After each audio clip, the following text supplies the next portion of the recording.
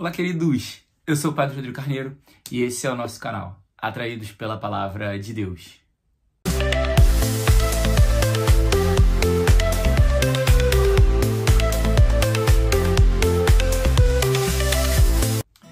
Então seja muito bem-vindo, você que está chegando aqui no nosso canal, Deus abençoe você. Seja muito bem-vindo você que já acompanha a gente, que está fazendo esse itinerário espiritual aí com a gente, que já tem meditado, celebrado, vivido da Palavra de Deus. Como eu já havia dito, a gente voltou então agora para o tempo comum, esse tempo de aprendizado e aprofundamento naquilo que é o conhecimento de Deus, aprofundando em como Jesus age.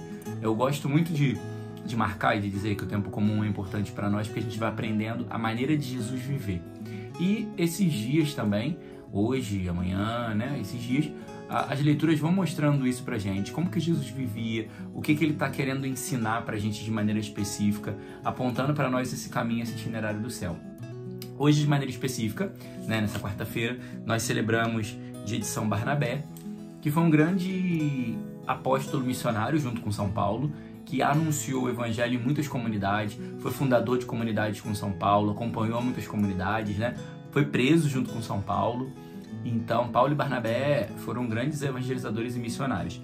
Então, a gente celebra hoje essa missionariedade da igreja, celebra hoje o anúncio da palavra de Deus, celebra o ardor de pregar o evangelho e celebramos de vermelho porque São Barnabé foi mártir, né? Assim como a grande maioria dos apóstolos, dos discípulos, dos homens dos primeiros séculos, os mais comprometidos com a palavra foram todos martirizados, né? Deram um testemunho de sangue, né? Em favor do evangelho e da causa de Jesus. Nós vamos ver que a liturgia, na primeira leitura de hoje, vai falar para nós que a letra, ela mata e o Espírito dá a vida. Então a gente precisa entender um pouco melhor disso, né? A palavra, ela mata porque ela é seca. É aquela questão assim, não pode, não faça. Tudo isso é muito seco. São apenas regras, leis e normas que não nos levam a crescer. Quer dizer que mata é porque não nos preenche, não satisfaz, não sacia, porque não tem a completude em si. E o Espírito da vida, porque o Espírito conduz a experiência. O Espírito é uma pessoa, então naturalmente já é vivo e dá experiência àquela lei. Então, se eu quero viver a lei pela lei, eu acabo morrendo porque ela não me satisfaz. O morrer também é no sentido de eu acabo desistindo da lei, eu acabo abandonando porque não me preenche, não me satisfaz, não me completa, não me dá saciedade, vamos dizer assim. É como se eu comesse, por exemplo, quando muitos podem dizer que é alimento, mas para mim não é. Por exemplo, comer sopa como refeição. Ah, o que é a comida hoje? Sopa. Comer água.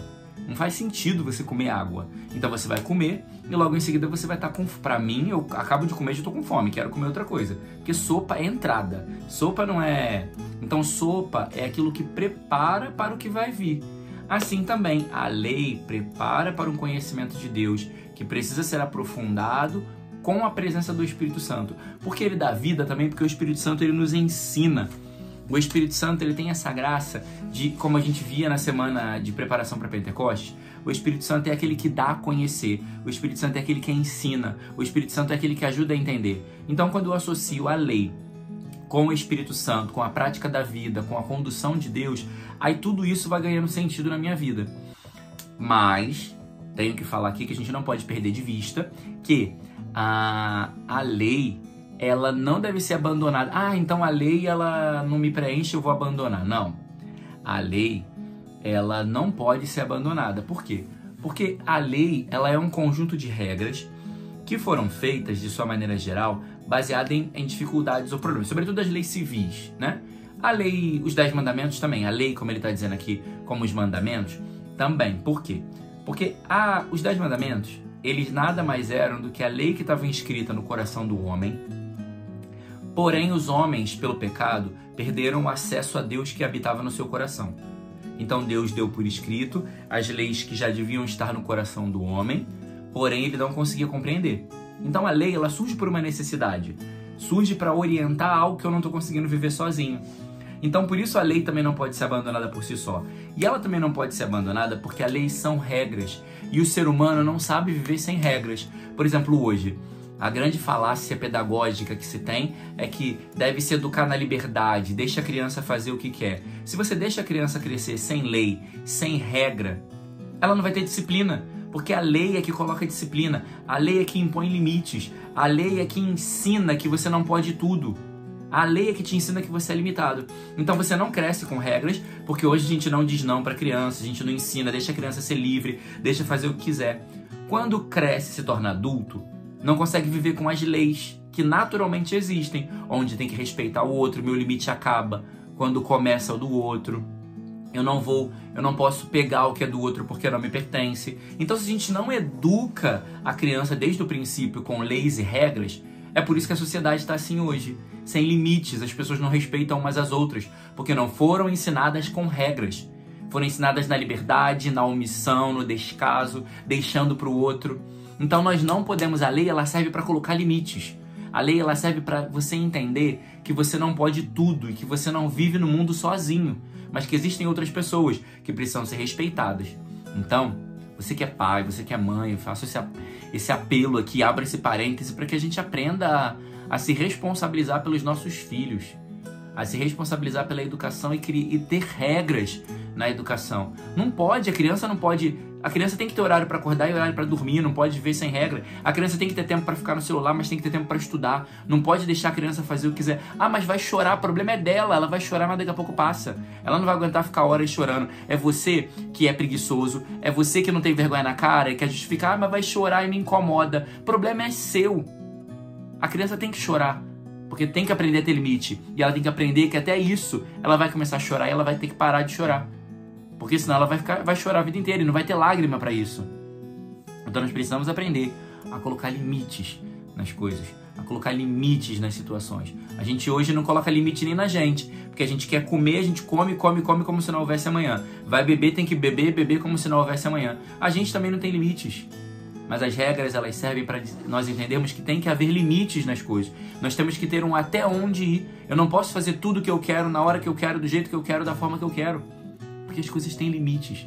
O meu corpo tem limites. Quantas pessoas que de repente você que está escutando, que hoje já está idoso e não pode fazer o que fazia quando era jovem. Ah, padre, quantos idosos que eu atendo que choram porque não podem mais varrer uma casa, não podem mais sair sozinho, não podem mais fazer tantas coisas, porque o corpo tem limites. Então chega uma certa idade que o nosso corpo experimenta limitações, onde você não consegue mais ficar em pé sozinho, não pode varrer uma casa, não pode fazer alguma coisa. Então, tudo na vida tem limite. Tudo na vida tem limite. Então nós precisamos também aprender a colocar limites em nós mesmos. Eu não posso falar a hora que eu quero, mas eu tenho que saber a hora de falar. Eu não posso fazer só o que eu quero, mas eu tenho que saber o que eu devo fazer e fazer da forma correta no tempo certo. Então isso é ter limites. E é isso que a regra, que a lei nos ensina. Só que isso nós só vamos entendendo com a ajuda do Espírito Santo, que é aquele que nos ensina. Por isso que a regra, o que eu tô falando pode até parecer pesado para você. Ai, o padre tá atacado hoje. Não. O que eu tô tentando falar para você é que a regra, falando assim secamente, parece duro. Mas quando eu deixo o Espírito Santo conduzir, o Espírito Santo guiar, ele traz vida, ele dá sentido a todas essas coisas. Eu sou muito feliz porque, assim, o seminário é um tempo muito difícil da nossa vida, assim, é bem exigente. Mas o seminário nos ensina a ter regra. Porque você, imagina, eu já cheguei com 26 anos no seminário. Aí eu com 26, 27, 28, com 30 anos, um homem de 30 anos, para ir na praça comprar um sabonete, tem que pedir para ir na praça. E eu posso ouvir um não. Mas isso me coloca limites. Me faz entender que eu não posso fazer tudo o que eu quero. Que a minha vida não me pertence. Entende como a vida vai colocando... Só que como de início, quando eu cheguei, eu ficava com raiva dos formadores. Depois, o Espírito Santo foi dando vida às regras. Então a gente vai começando a entender as coisas melhor. E aí, a gente vai ver também que...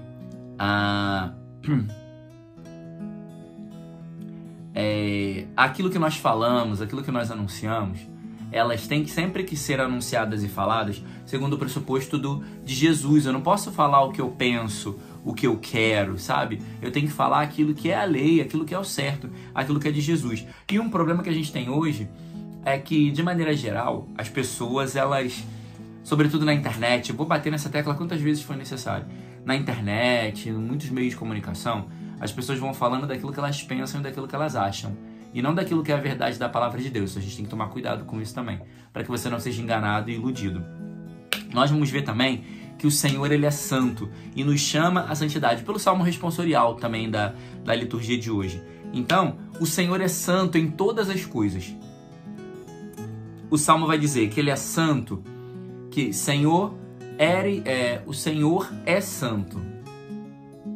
Então significa que ele não é santo só em uma coisa, porque não está dizendo o Senhor é santo no falar, o Senhor é santo no agir, mas ele é santo. Significa que é uma plenitude, é completude, ele é santo em todas as coisas. Ele não é santo só num detalhe, só numa coisa, só no que agrada, só no que ele quer, mas ele é santo numa plenitude, ele é santo de maneira integral. E muitas vezes hoje a gente quer ser santo, mas a gente não deixa a integralidade da santidade dar sentido à nossa vida. A gente, às vezes, queremos ser santos, mas eu sou santo porque eu vou à igreja, vou à missa e rezo, mas eu não sou santo na minha maneira de falar, não sou santo naquilo que eu vejo, não sou santo naquilo que eu escuto, não sou santo nas minhas conversas. Então não está havendo integralidade na minha santidade. Santidade é integral. Então é o que eu vejo, o que eu falo, o que eu escuto, o que eu penso. Tudo da minha vida precisa ser abarcado pela santidade. Eu vivo a santidade na igreja, mas quando eu tô com os meus amigos, quando eu tô no meu trabalho, aí é outra coisa. Isso não é santidade. Santidade é integralidade de vida. Então, em todos os lugares que eu tiver, eu sou santo. Em tudo que eu fizer, em tudo que eu falar, em todos os momentos, enquanto eu tô respirando, é viver a santidade. Então, eu não posso fragmentar a minha vida, porque o Senhor, ele é santo na integralidade, em tudo que ele faz. E o Evangelho vai dizer que nosso Senhor veio para ordenar as coisas, né? Ele veio para dar plenitude, para dar sentido, significado à lei. O que significa isso? Que ele veio nos ensinar a viver tudo da forma que é correta, da maneira que nós devemos viver. E é só dessa maneira, e só quem viver isso é que vai chegar ao céu. Então, de repente, a gente pode estar rezando, a gente pode estar escutando a partilha da palavra, pode estar indo à missa todo domingo, mas se eu não tenho integralidade na santidade da minha vida, eu vou na missa domingo, mas passo a semana inteira igual um pagão, falando besteira, xingando, tomando conta da vida dos outros, fazendo fofoca. Não há integralidade na santidade, então não vou ganhar o céu. Porque só quem viver a integralidade da santidade vai ganhar o céu. E aí, a lei, ela não pode ser só práticas na minha vida, estéreis. Então, ou seja, não adianta só eu ir na missa no domingo, mas eu preciso fazer uma experiência naquela missa que transforme a minha vida para eu viver melhor, para eu aplicar na minha vida, para eu aplicar na minha semana. Então, aquilo que eu escuto na palavra do domingo, na missa, aquilo que você escuta na palavra que a gente está partilhando aqui, aquilo que você entende da palavra de Deus quando você lê, tem que se transformar em vida na sua vida, para dar sentido às coisas que você faz, para dar sentido a outros caminhos que você vai tomando, para dar sentido a tudo que você realiza. Porque senão você vai viver a lei pela lei. Eu faço porque eu tenho que fazer. Em Deus não existe fazer porque tem que fazer, mas em Deus existe eu faço porque eu acredito e porque eu quero o céu. Então são coisas diferentes. Eu não faço porque eu devo fazer, mas eu faço porque eu quero algo além que aquilo pode me oferecer. Eu quero o caminho que aquela palavra me aponta. Eu não quero a palavra, mas eu quero chegar em quem disse aquela palavra, que é o Senhor e que me espera no céu. Louvado seja nosso Senhor Jesus Cristo, para sempre seja louvado.